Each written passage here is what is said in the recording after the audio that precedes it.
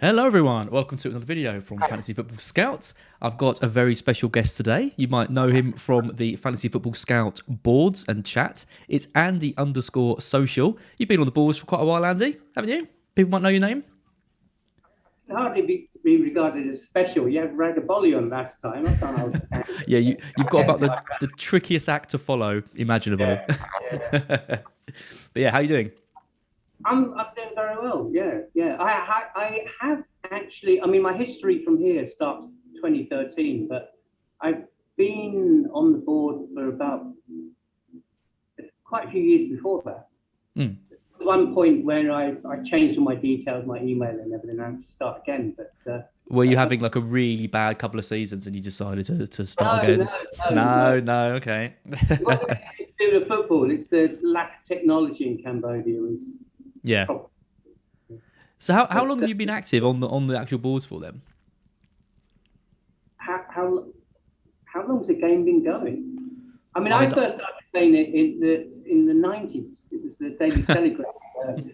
Some chap brought the Tory graph into the staff room, and we got together and phoned through our teams. And so I do go back a long way, but I didn't start taking it that seriously until more recently. I think Scout was founded around 2007-ish. That's when I got involved in it. It was like Mark had just kind of set it up, and it was very kind of bare bones. But it obviously had the community and the forums and all of that. And then yeah, it's just grown massively over the last 14 years or whatever it I is. probably did join about 2008 or 9. Yeah. See, what happened was I dropped out of, I was living in England and I dropped out of the rat race, gave up the job in 2001, went to live in a Buddhist monastery. Then I spent a couple of years in Kathmandu, India, rolled up in Cambodia. But those are years where, while the internet was picking up steam in England, it was barely existent in the places Yeah. I was. So I had to wait for technology to catch up. And it might have been about, yeah, it might have been about 2007 or 8 when I joined, I think. When you join, yeah, nice. Well, I've got your ranks on the screen because you've had an interesting season history. I mean, generally speaking, you've got some good finishes, right? You haven't got that elusive top 10k finish yet. You've had three finishes outside the top 100k. What happened last year though? Million? There's a whole history to this. For the first few years, I was just playing solo. So my interest was inconsistent. I mean, if you're outside the top 20% or something, then you're not that motivated really, and Yep. you've got no comrades, no banter. So I wasn't always. Some years I was taking it more seriously than others. And then about 5 years ago, I found myself a mini league of chaps here. Now, this is important. It's not a season-long mini league, it's a weekly cash mini league. And I found my strategies to maximize the winnings uh, meant that I was using strategies that were not compatible with earning a good OR. So Okay. some years it would dovetail, but other years it wouldn't. Because the thing about a weekly mini league is that you can have, you can be floundering with your OI. You can be at the bottom of your local league, but every week there's a chance to win. So sometimes I would think to myself, my team's a mess. If I take 3 or 4 or 5 hits, I'll sacrifice the money this week, but I'm really well set up to win next week. Interesting. So I would, and I particularly did that last year. I won tons of money, but the OR was. But you suffer that only record. I also, what I tend to do is I obsess in pre-season. I spend hours and hours and hours watching all the videos, reading all the articles, trying to think through my philosophy, changing my draft 3 or 4 times a day for a month. And then when the season starts, if I make a bad start, I just panic. I wild card, I put all my philosophies out the window, and then usually, if I get off to a bad start, I have a terrible season. If I get off to a good start, I will try and keep things consistent. And this season, I got off to a good start, and I told myself, right, I'm going to keep my head, and I'm going to make a determined effort to have a successful season. And of course, you don't do the cash mini leagues anymore because that is in violation of FPL's terms and conditions and all of that. Yeah, no comment, no comment. There's 1 point between us in the ranks this year. At the moment. At the moment, yep. I'm 11,930 and you're 11,653. How's that? What a time to come on. You've come shooting up like a rocket, haven't you? Yeah, since the wild card back in sort of game week 6 or 7, I thought I was going to be doomed to another season around, 300k, 400k, something like that. And then played the wild card, managed to get in just a load of good players who've done quite well. And it's gone on from there, really. So do you not normally get off to a good start then? Well, as you can see, it tends to alternate. One year I start well and keep going all right. The next year I start badly and just go for the money and don't care about the OR. So, so it really there's no pattern to it. Yeah.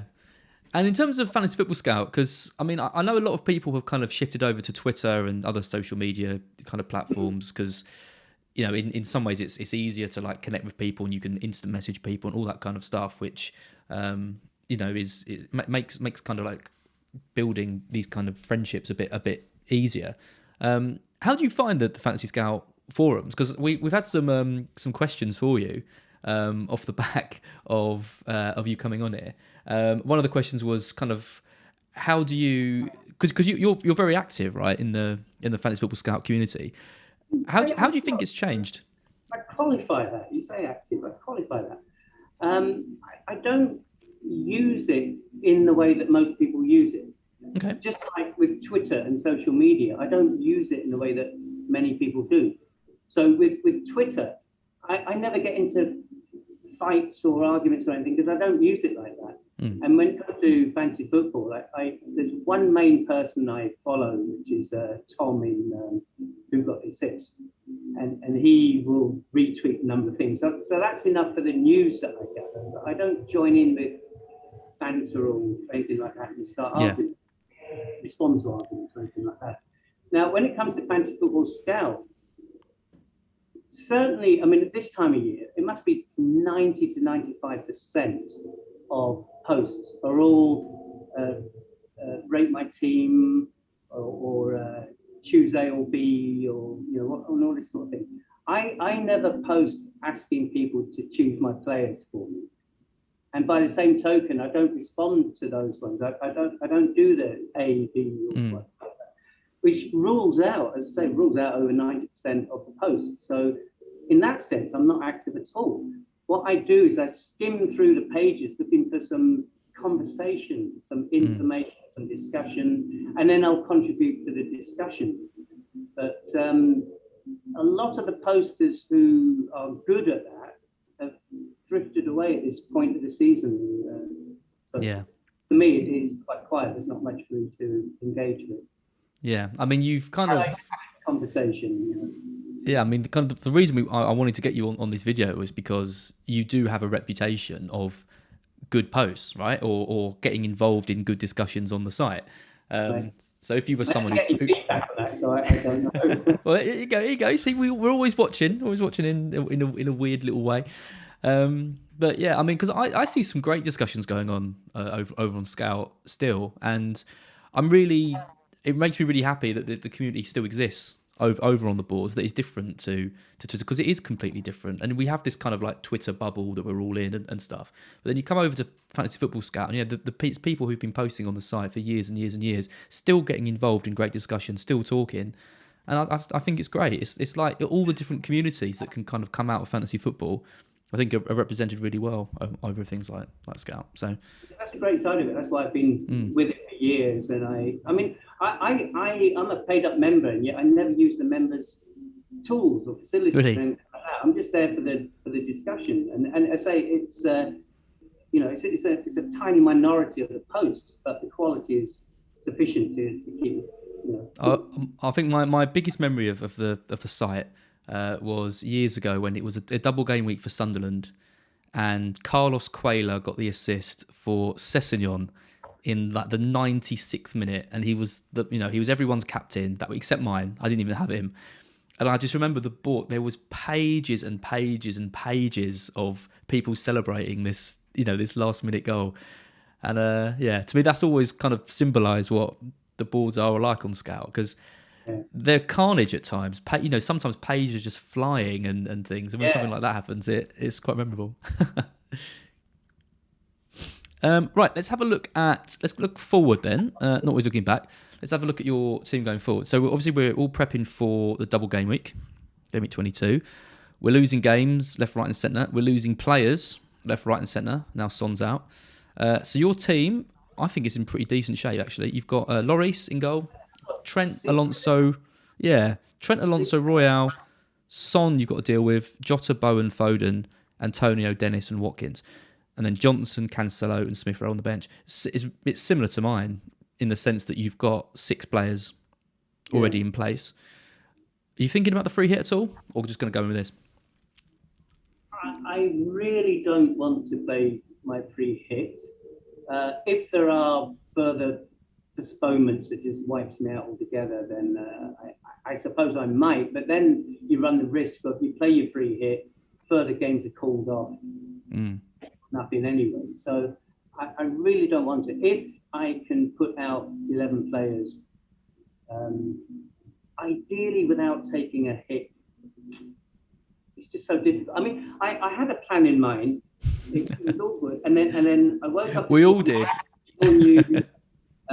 Leicester called off. I was going to lose Son and Smith Rowe for 2 foxes. And now if the game this week is off, the chances of the first game 3 days later being played, it can't be good. So no, that's scuppered my plans again. So I was talking to Neil earlier, and he says that Leicester will need to get 5 players back from injury or COVID before the weekend for that game to have any chance, because they had 8 senior first team players available for the cup game, and you need 13 for the league match. So I can't see it. I can't see it happening. That's why I when you asked me for a dummy free hit team, I had a whiff without Leicester, because how it goes. But it looks unlikely that I want to have any Leicester players. Yeah, we'll come into the free hit in a sec, because I think if we lose that game, we are really getting down to kind of like the bare bones of what we got. So what would with the team? Go on. Oh, probably exactly what you're going to say. I was going to say, with your team currently, what would you kind of be thinking of doing? Well, you say my team looks in good shape. I don't. That's not how I feel, because no, I felt that for a long part, for the first 14 game weeks, I felt like I knew what I was doing. I mean, there were dips, I had bad weeks and things like that, but I felt like I have a plan. I'm sticking to a plan, and it's going well. But then from about 14 onwards, it was the injuries, the sicknesses, the postponements started kicking in, and I've just been firefighting. Yeah. I've never been able to make a strategic transfer since then. It's just, desperately dealing with chaos. So, but then everyone's in the same boat. But talking of boat, I mean, for the first few weeks, I felt like if I had a bad game week, my OR didn't suffer too much, because I was in that top 10K band, and like for the boat, you rose and fell together. You didn't go up much, you didn't go down much. But I feel like certainly this week I've got to a point where I'm starting to lose touch. I don't feel good about my decisions. Last 2 weeks I've taken -8 hits, and I should never have done that. So I might have to take a hit at -4 this week. What I'd like to do is just lose Son and hope I can get 11 out. Yeah. But they say news changes by the hour, so I can't. It's hard, isn't it? Yeah, it's interesting what you're saying about making bad decisions and making lots, or what you feel is like lots of bad decisions in a row. Because this is what Mark talks about. Mark talks about like mindset and form, and it sounds ridiculous. And I talked to him, like, you can't have, surely, like, he likes to get on a roll, right? And he feels like when he's on a roll with making decisions, he makes better transfers. Why is that? Why is that? It's weird, isn't it? I think no, it's basic psychology. But when you start to make a mistake and you try to compensate for that mistake by making a big mistake, it's like the gambler's curse. Yeah, or like doubling down on a player that you know probably isn't the best one, but you want to get the points from them originally. It just seems like something that should be quite easy to like address, especially given that we're so involved in talking to people, and I find it very easy to say to someone, no, don't buy that player, or no, don't do that, or don't do this. But then myself, I'm like, no, I'm going to do it just because I want to. How often do you back yourself with your decisions, and how often do you just kind of do you get led by the crowd very often? I honestly don't think I do. I have my own stubborn philosophies, which I often keep them to myself because I know I'm going to get flamed if I share them. You're going to ask me what they are, and then I'm going to open myself to ridicule. But for example, and you can see it in my team here, I have an anti-coverage philosophy. I mean, people haven't talked about it so much this season, but long before, people kept saying, you've got a defender from this team and don't have another one. Well, my philosophy has always been, I want the players that I think are going to score the most points. And so I tend to look at teams rather than players as individuals.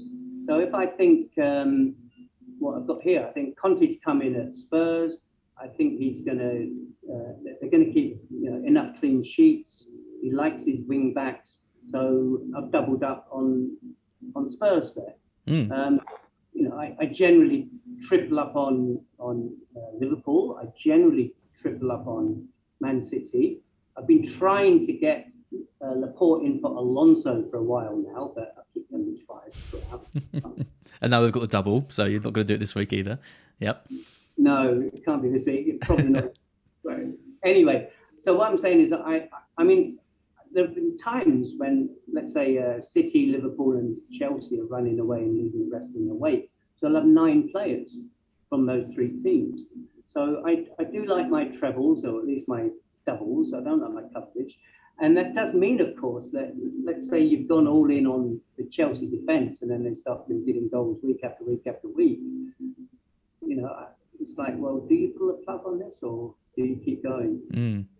Because if you took Alonso out for Laporte, for example, you would indeed have 2 Spurs, 2 Liverpool, 2 West Ham, and then Dennis and Watkins, really.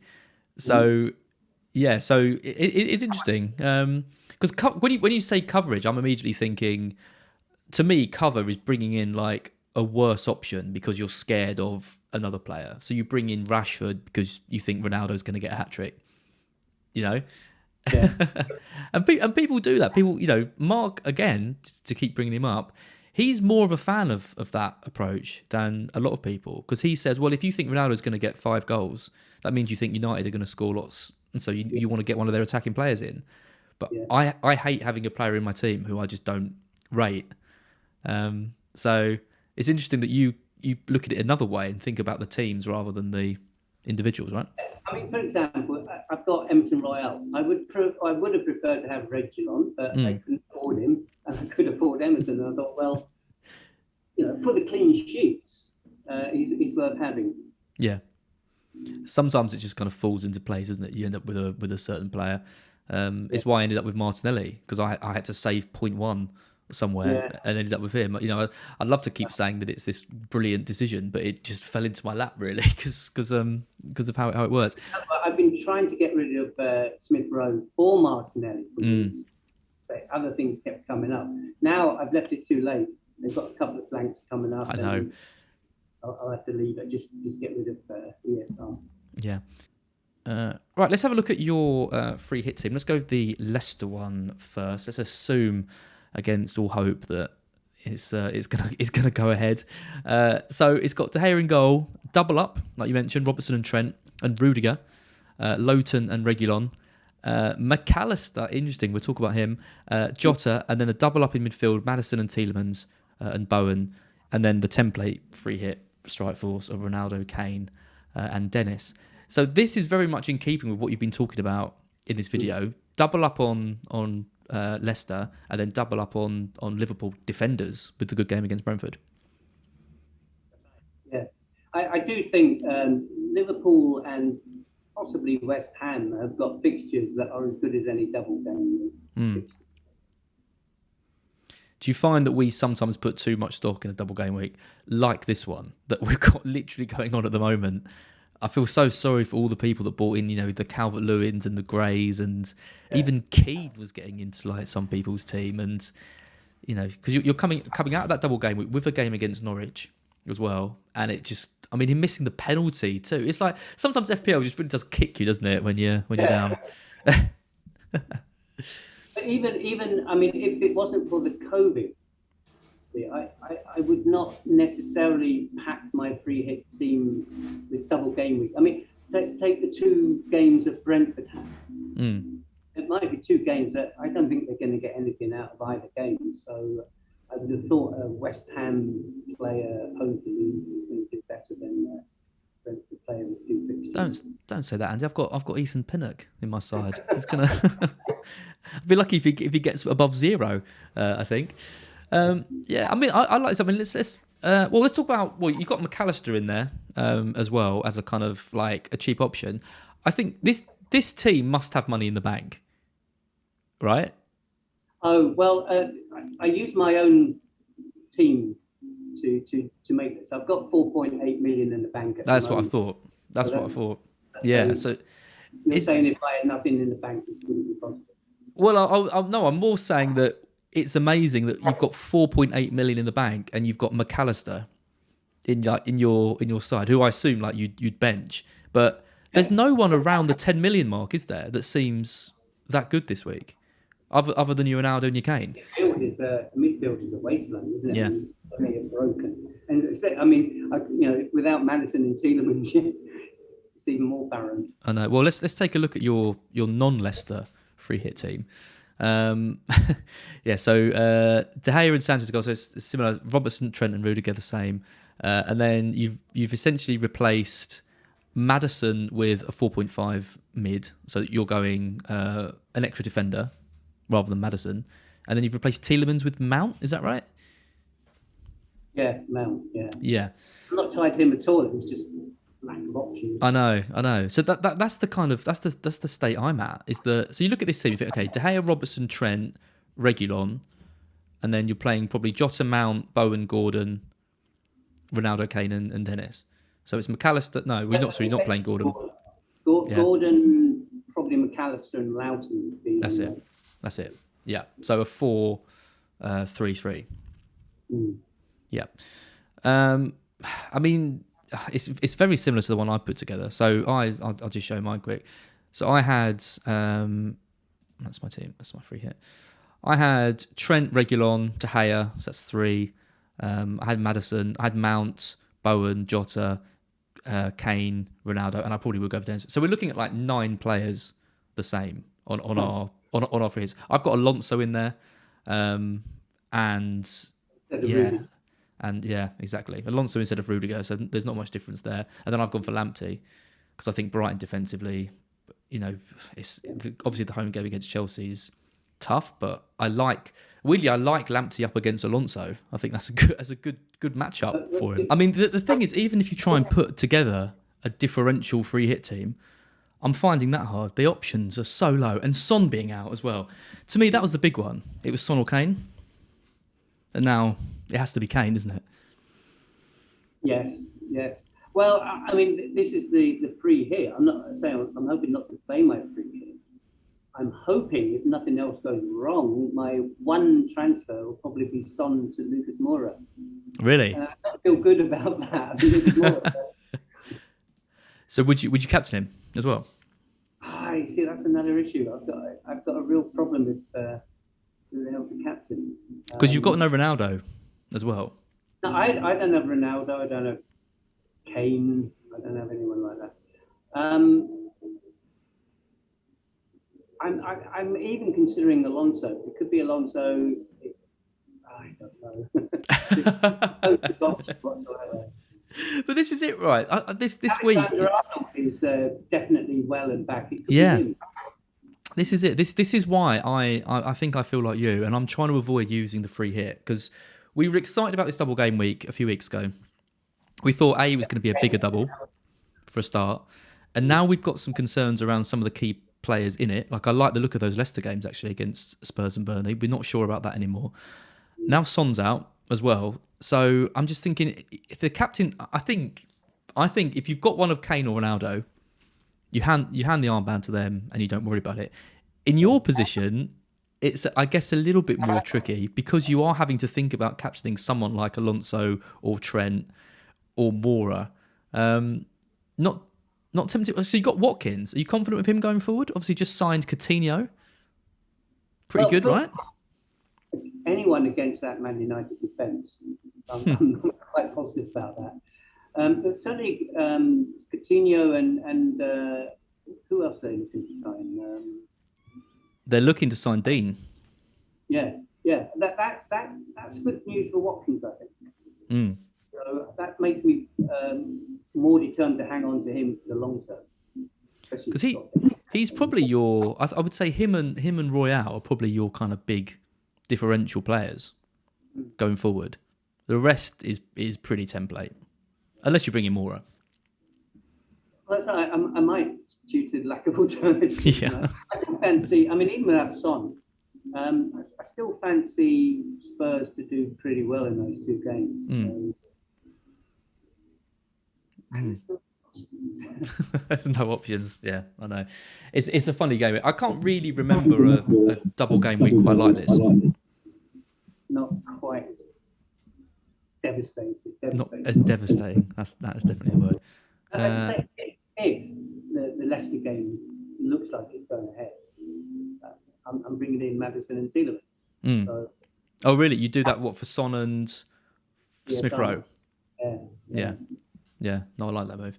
That would set me up to tick along until Salah gets back. So I got plenty of money in the bank, and one transfer would get me Maddison to Salah. Did you sell Salah? Before he went off to the AFCON, did you do it a few weeks ago and had to endure that Leicester game?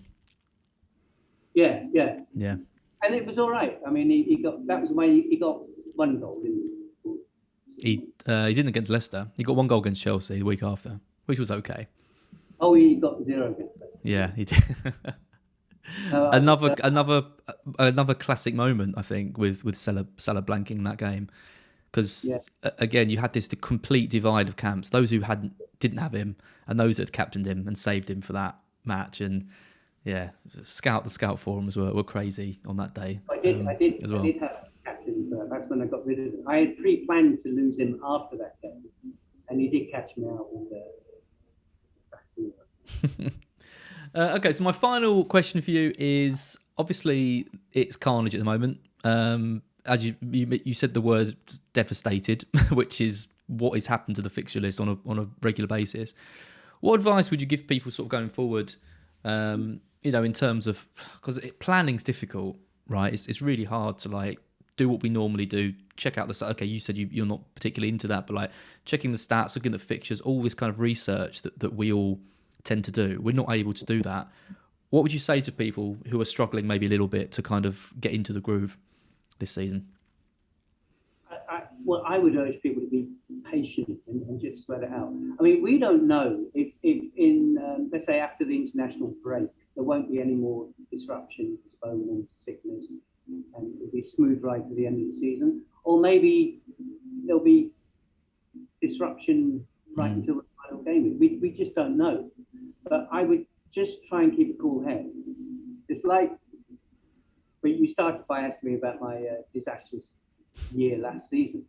And say once I started falling way behind, I was taking loads and loads of hits to win the weekly. Yeah. But I was over there. And in fact, another little story. The year before that, I was 100 points clear with about 6 weeks to go in my mini league. And all I needed to do was that the guy in second place trying to chase me, all I needed to do was replicate his team. Yeah. Just Block him. Block his big players. Yep. And go. But for some reason, I don't know why, what I was thinking, but I didn't. I went for differentials. I took hits. I just completely lost the plot. And on the last day, I lost by 1 point. Oh, no. So that was the salient lesson. Don't do that. So I've already had 2 weeks, last 2 weeks, where I've taken 0.8 hits, and I regret that. So -8 hits. So I'm not going to do that. I'm not going to blow my chips too cheaply. If this coming game week is a bad result, or I do have a long-term plan. If I just keep to the plan and take the punches, roll the punches, and don't panic, don't overreact. Yep. Don't make impulsive reactionary decisions. Completely agree. Leave your transfers to the very last minute as well. That's another thing I did. Is it 3 weeks ago? I waited 1 hour before the deadline. I made my transfer. I bought in Watkins and cash. And I clicked the transfer. I went to Twitter. Game was postponed. I pressed transfer 1 hour before. So, I know. So leave it as late as possible. Well, but then the other people got burnt because they left it till a minute before the deadline. Tried to make their transfers and the site crashed. Yeah. You can't, like, it's just one of those seasons. You can't win. You essentially can't win. I mean, we're doing all right. We can't complain too much. Like I said, 1 point in it between us, both hovering around the kind of 10k mark. I think we're going in different directions this week for sure, especially if you go with Mora and a kind of a bit more of a left field captain. So I don't think it's going to be 1 point between us next week. I think we'll be interested to know how we kind of both get on, with our different kind of routes. I really expect to be on a bit of a slide for a little while, but I'm going to keep my head. I'm going to keep to my ideas. So I hope I'll recover. But at the end of the day, if I can beat my best ever score, what's that, like 25,000 or something like that? If I can end the season with a score like that, I'd be quite happy. Oh, Andy, come on, Andy, you've got to get top 10k now. This is the year. Well, I'm not. I mean, I've never done it before, so I don't have any hopes. I don't have any faith. Nice positive end to the video. I don't have any faith in my ability to get a top 10k. Nah, I've got faith. I really feel that I did start the season well. I felt like I really knew what I was doing, where I was going, and then when all this COVID disruption, that has derailed me. But it's the same for everyone. So I think I'll be okay. But it would be presumptuous to think I'll actually finish. I think you'll be fine. And it's been awesome to have you on here. Thank you so much. And for all the great discussions on Scout as well. I'm sure there's going to be loads of people in the community that it's nice to put a face to the text at times, especially when you've been around for on the boards for as long as you can. So we'll call it there. Thank you so much. Good luck this week, and we'll catch up soon. Yeah. Okay. Cheers. It's been a pleasure. And you.